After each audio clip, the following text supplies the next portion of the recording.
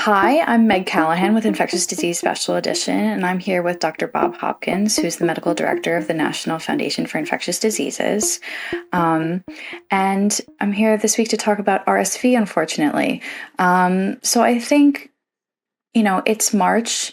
I think of this as the winding down of respiratory season. Like, I thought it was kind of over.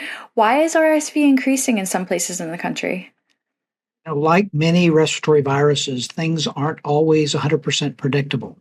We saw a little bit later onset of RSV season across much of the United States, and it's persisted a little later than we usually see. In some areas of the country, RSV is declining at this point, but there's still a lot of RSV in the Plain State and in the western part of the United States. There's still a fair amount in the Northeast. Here, where I am in the South, it looks like rates are coming down, but still a fair amount of RSV in our communities. So maybe this is something I just don't quite understand. Why is it that it seems, at least when you're talking about what preventatives have been approved or things like that, it seems like the targeted groups are young children and older adults. Is it that RSV targets those populations differently? In most of us, RSV causes a cold. It may last a little longer. You may have a little bit runnier nose, but in most of us, it doesn't cause severe illness. But RSV is more likely to cause severe illness in young children and in older adults. In young children under age 5, RSV is the number one cause of pneumonia. And so it is a major issue. And in older adults, it probably causes somewhere in the around 10 or 15,000 hospitalizations and a fair number of deaths every year. What can providers like yourself do to help prevent RSV? The first piece is we need to be good on our typical hygiene things. If you're sick, stay home from others. Wash your hands well.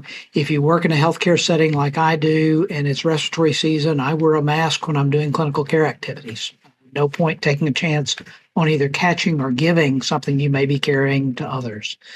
So those are frontline things that all of us should think about. We also need to remember that RSV vaccination is important for older adults. All adults 75 and older should have one dose of RSV vaccine. And RSV vaccine is also recommended in adults down to age 50 who have risk factors for severe RSV disease. What are those risk factors?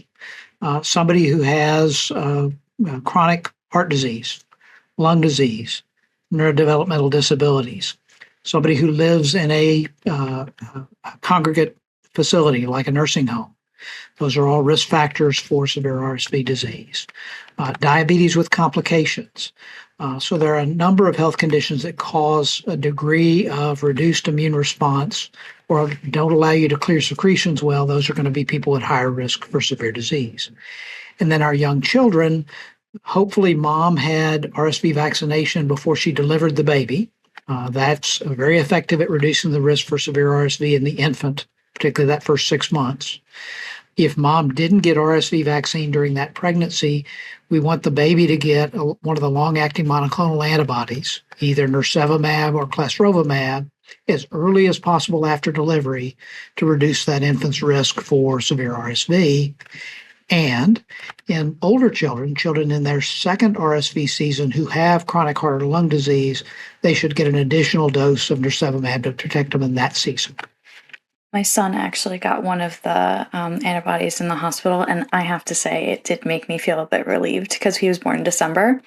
And it can be scary, especially, for some young children.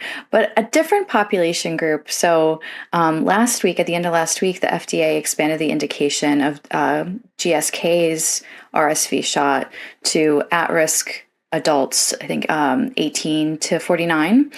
And I'm just curious, did you see that coming? I mean, obviously they had trial data to support that. But for a long time, it seems like the shot for adults was really for older adults. And, this is at risk. But what's your take on that? Highest risk in adults is in that older population, 75 and older. But younger adults who have risk conditions certainly can benefit from RSV vaccination. Again, those are people at higher risk compared to their age equal peers. And there is trial data showing reduction in risk for younger adults who have risk factors. And so I think the FDA decision goes along with that. Where that will go as far as recommendations with the current changes with ACIP and others, we shall see. Is there anything else you'd like to add? I think that covers it reasonably well. Probably the two things that I should have mentioned. One is, why is it so important to prevent RSV? And the biggest reason is we don't have any effective antivirals for RSV. And so if somebody gets severe RSV, all we have to treat them as supportive care. And if they develop a secondary bacterial infection, we've got antibiotics. But we don't have any therapeutic antivirals for RSV. Dr. Hopkins, thank you so much for taking the time to talk to us. Happy to do it, Meg.